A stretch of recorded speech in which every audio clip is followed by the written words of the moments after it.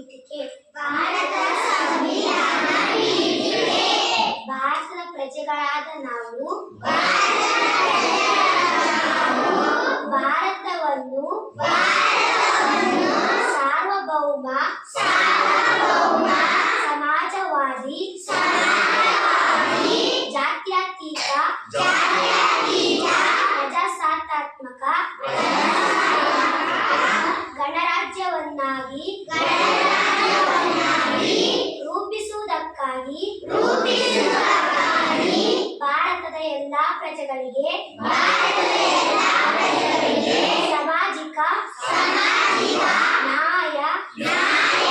ಸಾಮಾಜಿಕ ಆರ್ಥಿಕ ಮತ್ತು ರಾಜಕೀಯ ನ್ಯಾಯವನ್ನು ಸ್ವಾತಂತ್ರ್ಯ ವಿಚಾರ ಅಭಿವ್ಯಕ್ತಿ ನಂಬಿಕೆ ಧರ್ಮ ಮತ್ತು ಉಪಾಸನೆಯ ಸ್ವಾತಂತ್ರ್ಯವನ್ನು ಸಮಾನತೆ ಸ್ಥಾನಮಾನ ಮತ್ತು ಅವಕಾಶಗಳ ಸಮತೆಯನ್ನು ದೊರೆಯುವಂತೆ ಮಾಡುವುದಕ್ಕಾಗಿ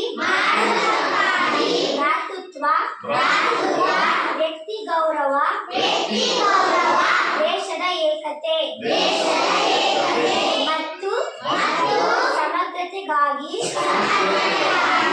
ಎಲ್ಲರಲ್ಲಿ ಭ್ರಾತೃತ್ವ ಭಾವನೆಯನ್ನು ಮೂಡಿಸುವುದಕ್ಕೆ ದೃಢ ಸಂಕಲ್ಪ ಮಾಡಿ ನಮ್ಮ ಸಂವಿಧಾನ ಸಭೆಯಲ್ಲಿ 1949ನೆಯ ಇಸವಿಯ ನವೆಂಬರ್ ತಿಂಗಳ 26ನೇ ದಿನದಂದು ಈ ಸಂವಿಧಾನವನ್ನು ನಮಗೆ ನಾವೇ ಅಂಗೀಕರಿಸಿ